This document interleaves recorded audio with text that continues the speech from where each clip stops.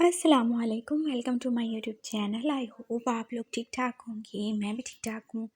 और आज मैं आपके साथ I don't want a guest का 6th पार्ट शेयर करने वाली हूँ। और अगर आपने पहले वाले पार्ट्स नहीं देखे तो प्लीज़ देख लीजिएगा ताकि आपको स्टोरी की समझ आए। और मैं उनका लिंक भी डिस्क्रिप्शन में दे दूँगी, तो आप लोग देख लीजिएगा। तो जैसे कि आपको पता है कि आप ये स्टोरी हमारी डेली बेसिस पे आया करेगी इंशाल्लाह मॉर्निंग टाइम में। तो आप लोग प्लीज़ इसे देखिएगा, इसे सपोर्ट कीजिएगा। और आई होप आपको ये वाली स्टोरी भी पसंद आएगी। और अगर स्टोरी पसंद आए तो लाइक और कमेंट करके मुझे बता दीजिएगा। और जिन लोगों ने चैनल को सब्सक्राइब नहीं किया वो भी प्लीज़ कर लें। तो चलिए हमारी स्टोरी की तरफ चलते हैं। तो लास्ट पार्ट के एंड में हमने क्या देखा था कि हमारा जैन और शैन यानी कि लैन जैन और वीवशान दोनों अब बारिश में और गोलाबारी यानी कि ओलाबारी में फंस चुके थे। यानी कि बहुत ज़्यादा बारिश हो रही थी और उसके साथ ओले भी गिरना शुरू हो गए थे। और अब उन्होंने बेचारों ने एक बहुत बड़े दरख्त के नीचे जैसे पनाह ले ली थी और उधर ही खड़े हुए थे। और शैन को इतनी ज़्यादा सर्दी लग रही थी, इतनी ज़्यादा सर्दी लग रही थी कि उसने अपने इतने सारे कोट्स के ऊपर लहनजैन का कोट भी पहन लिया था। और अब लहनजैन उसे बहुत ही प्यार से अपने साथ लगाए जैसे उसे गर्म करने की कोशिश कर रहा था और साथ में उसकी बैग को रब भी किया जा रहा था। और फिर उसने ऐसे ही ना जाने कितने टाइम ही शैन को अपने साथ ही लगाए रखा था। और शैन की गर्म गर्म सांसें जो लहनजैन के सीने से सीधा उसके दिल तक ही जा रही थी। और उसके दिल ने जैसे बहुत ही ज़्यादा तेज़ रफ्तार से किसी घोड़े की तरह भागना शुरू कर दिया था। और वो खुद फील कर सकता था अपने दिल की धक धक। और शैन ने भी फील कर लिया, जैन क्या हो रहा है, आपकी हार्ट बीट इतनी ज़्यादा फास्ट क्यों हो रही है। और अब लहनजैन ने सोच लिया था अगर अभी नहीं तो शायद कभी नहीं। उसने सोचा था अगर वो ऐसे ही चुप रहा और अपने फीलिंग्स को ऐसे ही दबाता रहा तो आज नहीं तो कल फिर से उसके दिमाग में कोई ना कोई शाख का कीड़ा बैठ जाएगा जो कि उसके दिमाग को खाना शुरू कर देगा। इसलिए बेहतर है कि वो शैन से अपनी फीलिंग का इजहार कर दे। और फिर उसने थोड़ा सा नीचे झुक के शैन की तरफ देखा जो कि फिक्रमंदी से उसकी तरफ देख रहा था। कुछ भी नहीं हुआ मेरी हार्ट बीट को, सब ठीक है। लेकिन मैंने फील किया आपकी हार्ट बीट बहुत ज़्यादा फास्ट है। आप ठीक तो हो ना, कोई प्रॉब्लम है क्या। और फिर लैन जैन ने बस इतना ही कहा था, मेरी हार्ट बीट तुम्हारी वजह से है, इतनी ज़्यादा फास्ट हो चुकी है। मेरी वजह से? मैंने क्या किया। और अब लैन जैन ने अपने दोनों हाथों में उसके फेस को ले लिया था। और अब वो डायरेक्टली उसको देख रहा था, क्योंकि तुम मुझे अच्छे लगने लगे हो शैन, बहुत ज़्यादा अच्छे लगते हो। और शैन अभी उसकी तरफ देख ही रहा था और लहनजैन ने फील किया वो कितना ही ज़्यादा ठंडा हो चुका था। और उसने आहिस्ता आहिस्ता उसके फेस पे, उसकी चीक्स पे अपने हाथों को रब करना शुरू कर दिया ताकि वो उसे थोड़ी सी हीट दे सके। और शैन ने कहा, हाँ आई नो आप बहुत ज़्यादा स्वीट हो, आप भी मुझे बहुत अच्छे लगते हो, इसीलिए मैं आपको अच्छा लगता हूँ, है ना। नहीं, वो वाला अच्छा लगना नहीं, वो फ्रेंड वाला स्वीट स्वीट सा अच्छा लगना और बात है, लेकिन तुम मुझे वैसे बहुत अच्छे लगती हो। तुम समझ रहे हो ना शैन, मैं तुम्हारे लिए फील करने लगा हूँ। तुम क्या तुम मुझे बहुत ज़्यादा अच्छे लगते हो, इतने ज़्यादा अच्छे कि मुझे लगता है मैं तुमसे प्यार करने लगा हूँ। और मैं चाहता हूँ कि हम दोनों साथ रहें। और अब शैन ने एकदम से पीछे होके अपना फेस जैसे उसके हाथों के कैसे आज़ाद ही करवा लिया था। और लैमसन जैसे एकदम से परेशान हो गया, क्या हुआ शैन, क्या मैं तुम्हें अच्छा नहीं लगता या तुम किसी और को पसंद करते हो, बोलो तुमने ऐसे रिएक्ट क्यों किया। वो मैं अब शैन कुछ बोलने वाला था, क्या बात है बताओ, तुम जो भी बात है मुझे बता सकते हो, तुम मुझसे शेयर कर सकते हो। क्या सच में तुम्हारे दिल में कोई और है, तुम किसी और को चाहते हो, बोलो। अगर ऐसी बात है तो तुम मुझे भी बता दो, मैं अपने कदम यहीं से वापस ले लूँगा। मैं तुम्हें फ़ोर्स नहीं करूँगा, तुम्हारी लाइफ है, तुम जिससे चाहो उसे चुन सकते हो, जिसके साथ चाहो रह सकते हो। और मैं तुम्हें खुद सपोर्ट करूँगा, जिससे चाहो तुम शादी कर सकते हो। बोलो ना, हम फ्रेंड्स भी तो हैं ना। क्या मैं तुम्हें अच्छा नहीं लगता, क्या तुम मुझे पसंद नहीं करते, मुझसे प्यार नहीं करते। तुम मेरे लिए कुछ फ़ील नहीं करते? बोलो ना। और अब लैंसैन ने आगे से उसके कंधों को जैसे पकड़ लिया था और अब वो उससे झंझोड़ के पूछ ही रहा था। और अब अम्ब्रेला तो जाने कब की नीचे गिर चुकी थी और अब वो दोनों ही बारिश में भीग रहे थे। ऐसी बात नहीं है ज़ैन, मुझे आप बहुत अच्छे लगते हो। मैं भी आपके लिए फ़ील करता हूँ और आप तो मेरे होने वाले हस्बैंड हो ना, तो मैं किसी और के बारे में कैसे सोच सकता हूँ? और शहन की इस बात ने तो एक तरफ उसे हैरान और दूसरी तरफ होश ही खा दिया था। तो क्या तुम जानते हो कि हमारी एंगेजमेंट हो चुकी है? हाँ, मैं जानता हूँ। बट बट क्या? क्या तुम किसी और में इंटरेस्टेड हो? मैंने बोला ना, मैं किसी और में इंटरेस्टेड नहीं हूँ, मुझे आप बहुत अच्छे लगते हो, मैं आपके लिए फ़ील करता हूँ। इसीलिए तो मैं यहाँ पे आया था ना, ताकि मैं आपके साथ रह सकूँ और हमारे बीच में एक अच्छा बॉन्ड बन सके। और मुझे पता है हमारी एंगेजमेंट हो चुकी है, बट आप ही थे जो मुझे बार-बार ऐसे ट्रीट कर रहे थे जैसे आप चाहते हैं कि मैं यहाँ से भाग जाऊँ। इसीलिए मैंने भी फिर अपनी फीलिंग्स को दबा के रखा, मैं आपको कुछ बताना नहीं चाहता था, क्योंकि मैं नहीं चाहता था मैं आपके ऊपर खुद को फ़ोर्स करूँ। इसीलिए मैंने आपको प्रो कहा। ओह पागल लड़के! तुम कितने ज़्यादा क्यूट हो, कितने ज़्यादा इनोसेंट हो। तुम मुझे पहले ही बता सकते थे ना। I love you. मुझे तुम सच में बहुत अच्छी लगी और मैं बहुत ज़्यादा खुश हूँ कि तुम्हारे दिल में कोई और नहीं है। और अब लहन-सहन का तो बस ही नहीं चल रहा था, वो तो जैसे बहुत ज़्यादा खुशी में नाचना ही शुरू कर दे। लेकिन शहन अभी भी परेशान ही था। तुम ऐसे क्यों परेशान हो? सब ठीक है ना, अब हमारे बीच में सब क्लियर हो चुका है। मैं मामा को बोलूँगा, मैं फिर से तुमसे एंगेजमेंट करूँगा। हम शादी कर लेंगे शहन। मैं बहुत ज़्यादा खुश हूँ सच में। वो बस खुशी के मारे बोले ही जा रहा था, लेकिन शहन तो वो सब कुछ बोल के अब चुप ही खड़ा था। क्या हुआ? तुम बोल क्यों नहीं रहे? किस बात की परेशानी है तुम्हें? और फिर उसने शहन को फिर से देखा। वो अभी भी चुप ही था, वो बस उसे देख ही रहा था। शहन, मैं नॉर्मल नहीं हूँ। क्या मतलब नॉर्मल नहीं हो? और लैंड उसकी बातों का मतलब कुछ और ही समझा था। अच्छा हाँ, मुझे पता है। उसके बारे में बात करने की ज़रूरत नहीं है। तुम जो हो जैसे हो ठीक है, मुझे कोई मसला नहीं है। क्या सच में? हाँ, मुझे कोई मसला नहीं है। तुम चाहे जितने मर्ज़ी अब नॉर्मल हो जाओ। मुझे तुम हर हाल में अच्छे लगते हो। तुम इतने ज़्यादा क्यूट हो, इतने ज़्यादा स्वीट हो। तुम्हारा दिल इतना अच्छा है, तुम दूसरों के लिए इतना ज़्यादा सोचते हो। और तुम तो अपने साथ बुरा करने वालों के लिए भी कभी बुरा नहीं चाहते। तो इससे ज़्यादा अच्छा क्या होगा? और वैसे भी फ़ॉल्ट किस इंसान में नहीं होते, कोई भी परफेक्ट नहीं होता। लेकिन तुम में इतनी सारी अच्छी बातें हैं कि अगर कुछ फ़ॉल्ट है भी तो मुझे उससे फ़र्क नहीं पड़ता। सच में। और अब लैन-सैन क्या ही समझा था। ज़रूर उसने अब नॉर्मल होने के बाद यही बोली होगी ना कि वो उसका दिमाग ज़रा कम ही चलता है, कम ही सोचता है और वो कितनी आसानी से बेवकूफ़ बन जाता है। अरे बेवकूफ़ है तो क्या हुआ? हाँ, थोड़ा दिमाग से छोटा है तो क्या हुआ? लेकिन मुझे ये पसंद है, मुझे यही चाहिए, यही मेरा प्यार है, यही मेरी होने वाली वाइफ़ है। उसने तो यही सोच लिया था और अब शैन भी जैसे एकदम से खुश हो गया था। तो यानी कि ज़ैन को कोई फ़र्क नहीं पड़ता। वो जो है, जैसे है, उसकी पर्सनैलिटी के साथ वो उसे कबूल करने के लिए तैयार है।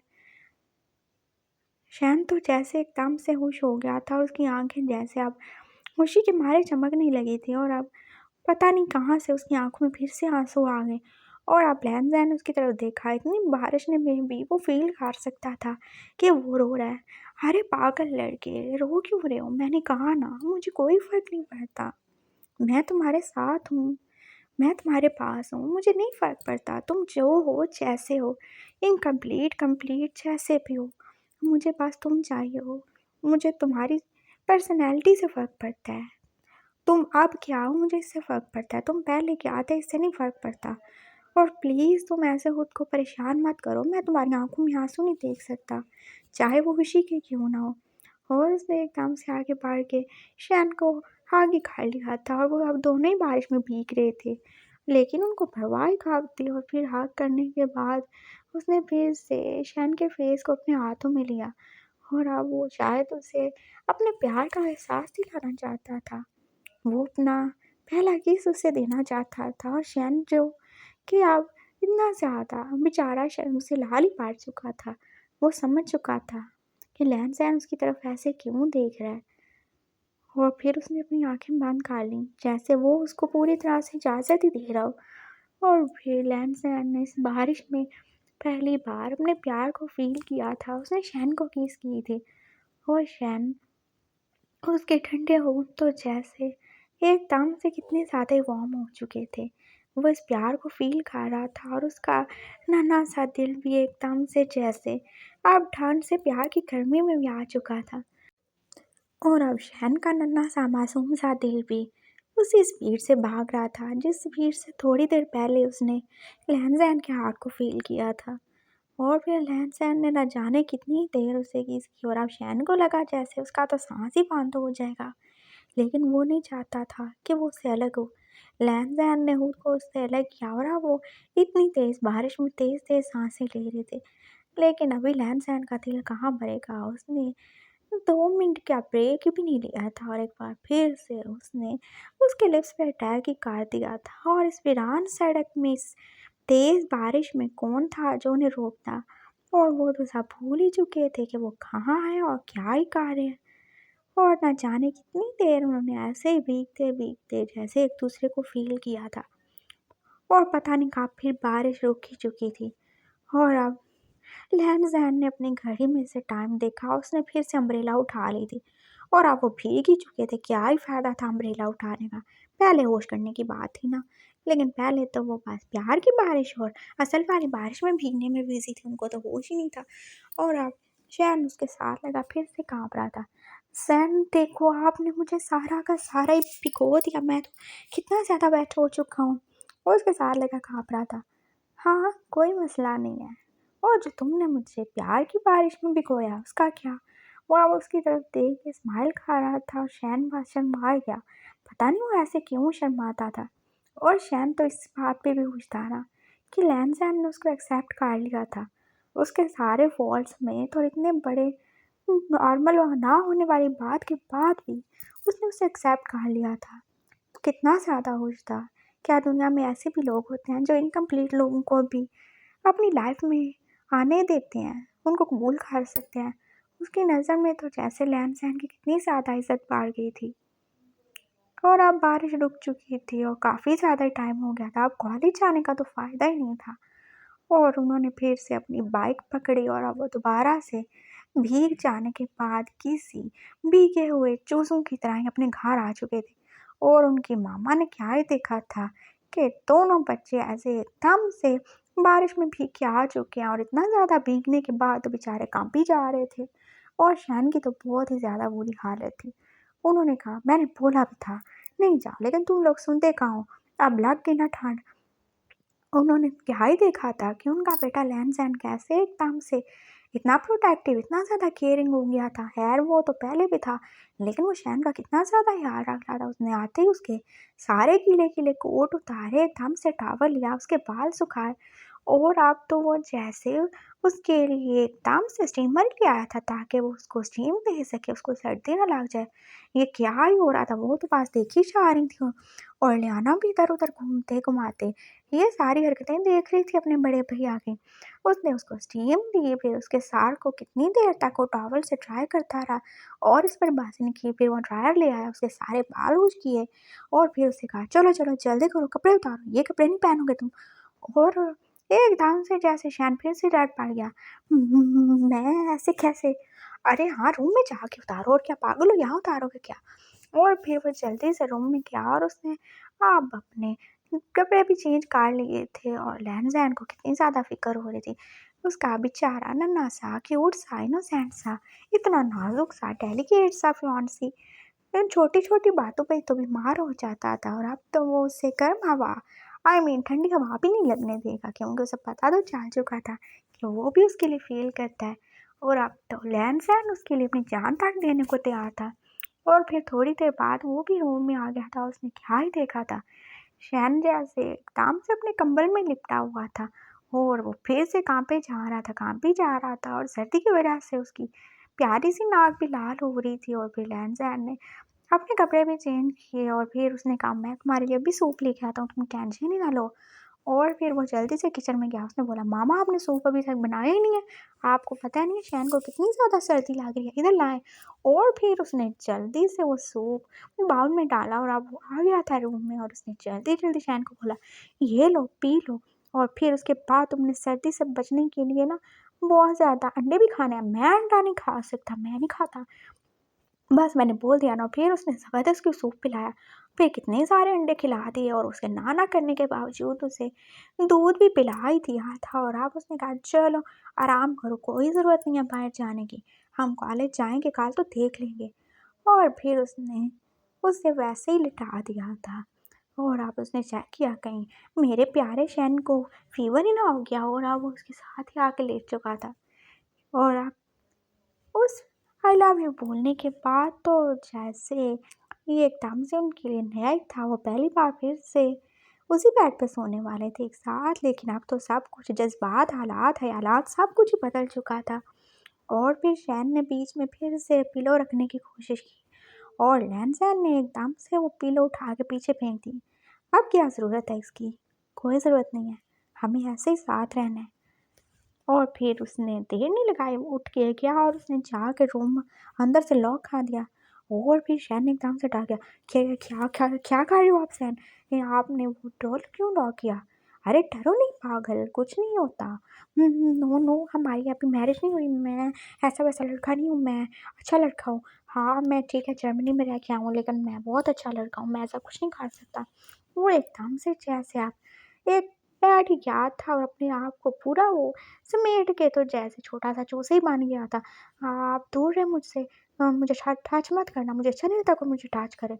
और फिर लैंसैन तो उसकी बातों पे जैसे हंसी पड़ा, अरे पागल मैं तुम्हें टच नहीं करने वाला, और मुझे पता है तुम्हें अच्छा नहीं लगता कोई तुम्हें टच करे, लेकिन मैं कोई तो नहीं हूँ ना, मैं तो तुम्हारा होने वाला हस्बैंड हूँ ना, तो मैं तो टच कर सकता हूँ। नो नो प्लीज़, मैं शादी से पहले कुछ भी नहीं करूँगा, मैं नहीं करूँगा।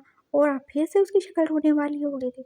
अच्छा पापा प्लीज़ चुप हो जाओ, शोर मत करना, नहीं तो फिर मम्मा क्या सोचेंगी। मैं ऐसे भरी दोपहर में, भरी बारिश में तुम्हारे साथ रूम में डोर लॉक करके क्या ही खा रहा हूँ। चुप कर जाओ, कुछ नहीं खा रहा मैं। और वो फिर दोबारा से उसके साथ आके लेट गया। लेकिन मैं तुम्हें हक तो कर सकता हूँ ना।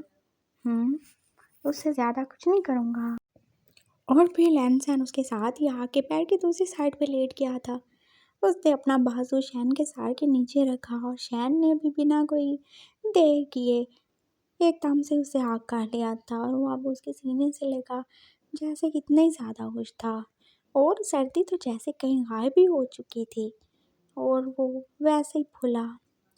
थैंक यू शैन, मैं बहुत ज़्यादा हैप्पी हूँ कि आपने मुझे एक्सेप्ट कर लिया। मैं नॉर्मल नहीं हूँ फिर भी मुझे एक्सेप्ट कर लिया आपने। आप बहुत अच्छे हो, आपका दिल बहुत बड़ा है। बहुत कम लोग होते हैं दुनिया में जो है मुझ जैसे लोगों को एक्सेप्ट कर लेते हैं। पागल लड़के, क्या ही बोली जा रहे हो, बकवास बंद करो। मैंने बोला ना, मुझे कोई फ़र्क नहीं पड़ता, तुम जो हो जैसे हो अच्छे हो, और मुझे तुमसे प्यार है, सही बात है। आप सो जाओ, नन्हे से दिमाग पे ज़्यादा जोर नहीं डालो। और अब शैन तो आंखें बंद करके सो ही चुका था और लैमसैन सोच रहा था कितना ज़्यादा इनोसेंट है। भला थोड़ा बेवकूफ़ होने से कोई अब नॉर्मल थोड़ी हो जाता है। बेचारा बहुत ज़्यादा इनोसेंट है, पता नहीं ये बाहर कैसे ही रहता होगा। शैन, आई लव यू, मुझे कोई फ़र्क नहीं पड़ता है तुम नॉर्मल हो या नहीं हो, आई लव यू।